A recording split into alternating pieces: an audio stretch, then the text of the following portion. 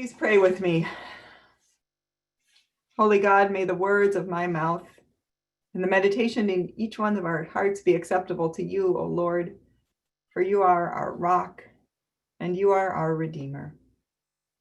Amen. I want to start my sermon today by putting an image into your mind. Last year, as many of you know, I spent the summer on a sabbatical, and in what sometimes seems like a cruel little reminder, I keep getting these Facebook reminders of where I was this time last year. I was in Scotland this time last year. I'm thankful that it was last year and not this year. But I began my sabbatical last summer in northern Minnesota, where they grow a lot of corn and soybeans and other crops. And in the month that I was there, I saw an amazing transformation. Here's the image I want to paint for you as I begin today. It's the image of a field that has not yet begun to show signs of life.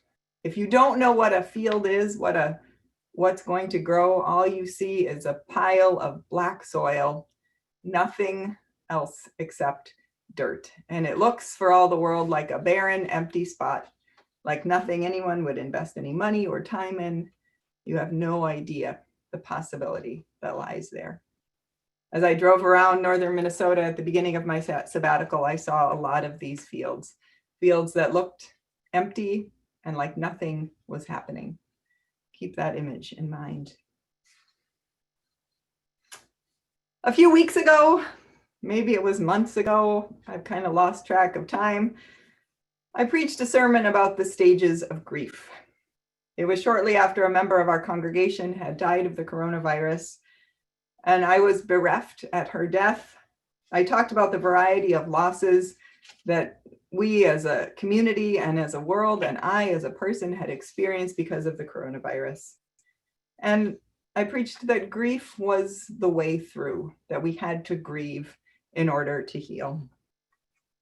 Today, I'm feeling grief quite heavily, and it's not because anybody else I know has died, but because it seems like it just keeps piling up, and we're living with it on so many levels. And I think it's starting to do some, maybe not damage, but it's starting to affect people more than perhaps we know. I'm bringing it up because I want you to know that if you are experiencing the kind of morass of grief, you are not alone. It is there, and it is profound. I've got a whole list of things that I'm grieving, and I'm betting you can come up with your list too. The loss of life alone right now in our country from coronavirus is staggering. At least 140,000 people have died since March from this disease. The number may be more.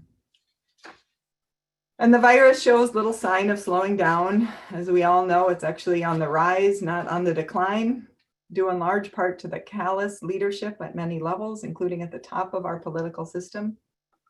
I grieve that.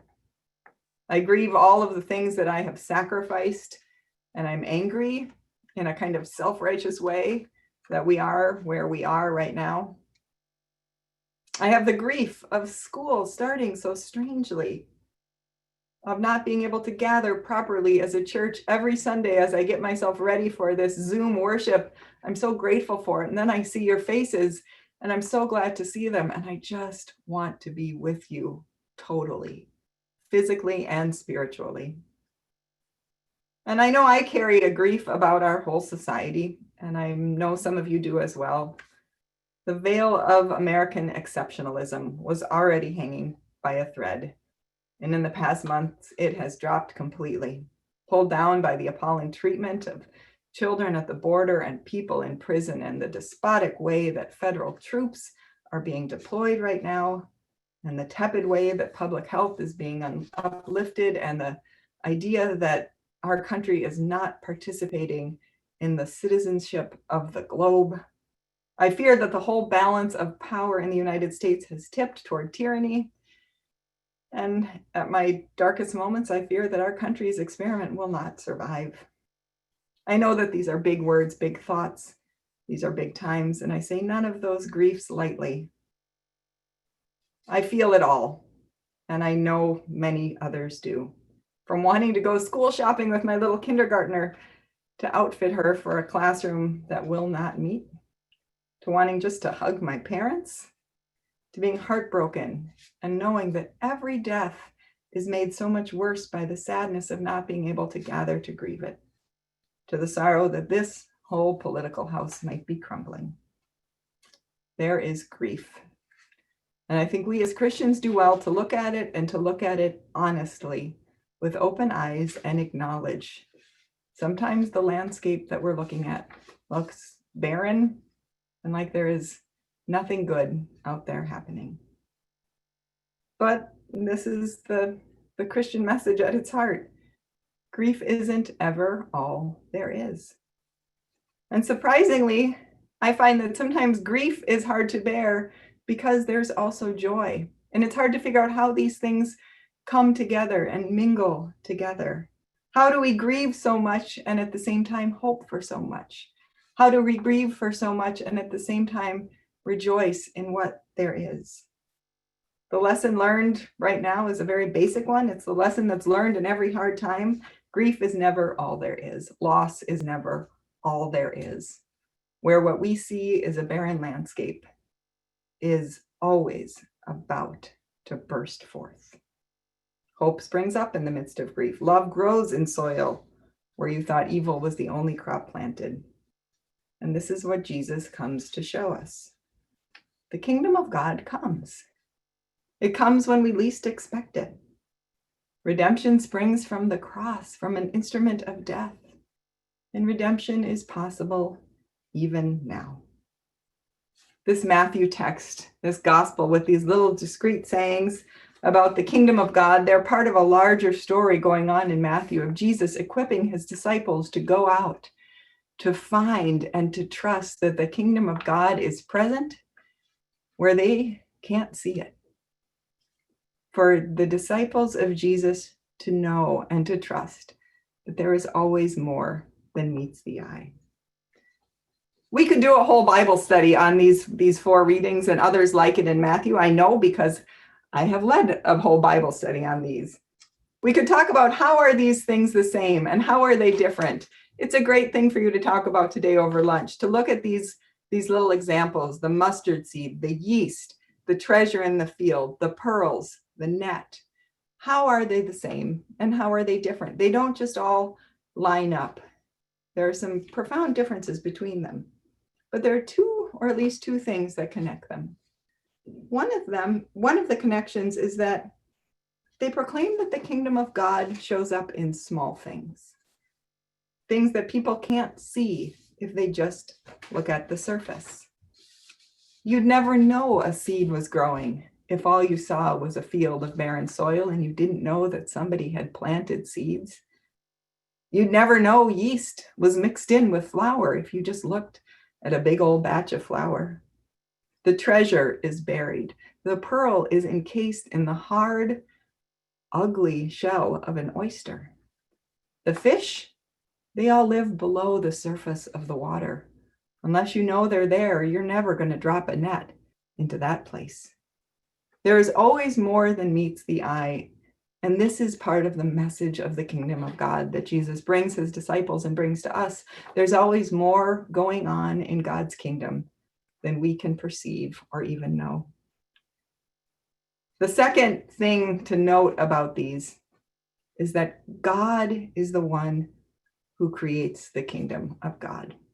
This is God's kingdom, not ours. The kingdom of God is like a woman who mixes yeast, but you know who actually comes up with the yeast? God does.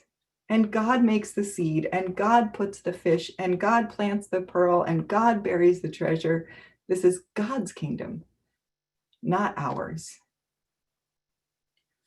I've been preaching a lot of ethics lately.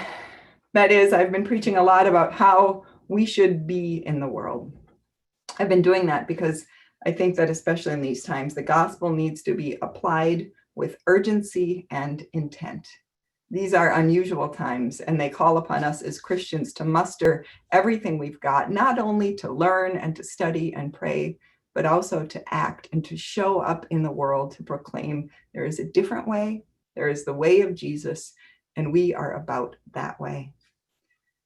If we believe all people are precious in God's sight, that Jesus came to bring grace and healing to each person, then we need to do everything we can to act like it, because there are too many messages to the opposite, saying some people are dispensable, some people are not as important as others.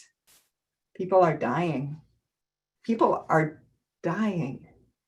And they're being caged and imprisoned and shot and being left behind and being excluded and mistreated and lost.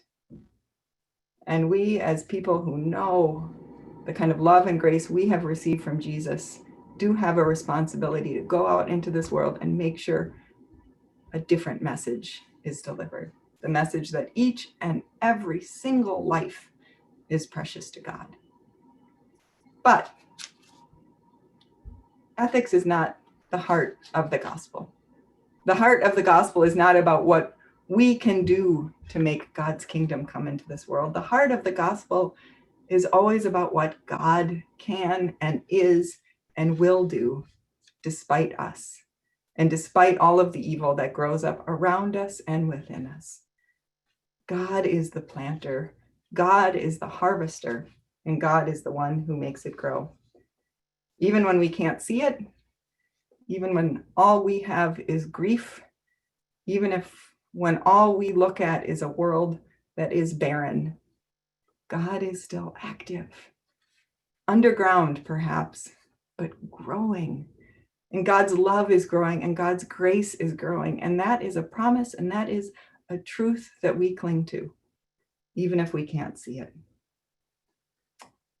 The Romans text that we heard today is a text that is so often read at funerals. It's a text that is a balm to our grief, because it reminds us that nothing can separate us from the love of God. I have my own list of things for that too, my own list of things that separate me from God right now, that I perceive to be separating me. But this isn't about me trying to find God, and it's not about you trying to find God either. It's about the good news that in our sense of separation and grief and loss, God finds us. Jesus finds us, and there is always more than meets the eye. If you back up this Romans text that we read, you'll see that the two preceding verses say, "In hope we were saved, and hope that is seen is not hope. For who hopes for what is seen? If we hope for what we do not see, we wait for it with patience." There's a woman who teaches reconciliation and peacemaking. Her name is Brenda Salter McNeil, and we've heard from her a few times in the I'm Still Here book study. She talks about the difference between optimism and hopefulness. She says that optimism is related to the word optic. It's literally what you can see. And people have a reason for optimism when they can see what's going on. When the stock market goes up, we get optimistic because our bank accounts will rise too. When we see coronavirus numbers drop, we get optimistic because there's some proof that things are working. She says, optimism is not what's called for right now. Not when there is real reason to be sad and sorrowful and despair, when what you see out there is actually not good news. Optimism is not what we need. What we need is hope. Hope goes beyond the superficial. Hope goes beyond what you can see and calls out something else and proclaims something else. She says, and I'm quoting, "What do you mean when you ask me about hope?" And when I hear that, I hear these words of Paul. What are we to say about these things? Those of us who have been promised that the kingdom of God comes despite what we see. She says, right now, no one should ask for optimism. I'm not asking us for optimism. I'm asking us for faith, because I do believe in a God in whom I can place my faith and trust. And she says, I trust that I serve a God who has ordained and declared that the kingdom will come. This is our God, working beyond what we can see, planting seeds and putting in yeast and putting in treasure and developing pearls and filling the sea with the fish that will feed us. This is God's activity, ordained and declared. a kingdom will come. I drove around northern Minnesota for 28 days. That's how long I was there at the cabin on my sabbatical. And in that short time, what I saw were fields that for all the world looked fallow and barren, spring up and start to grow corn and soybean and food. And there was this massive abundance that if you didn't know was there, you wouldn't believe would come. This is God at work in the world right now. Have faith, dear people. The kingdom of God is at hand. Thanks be to God. Amen.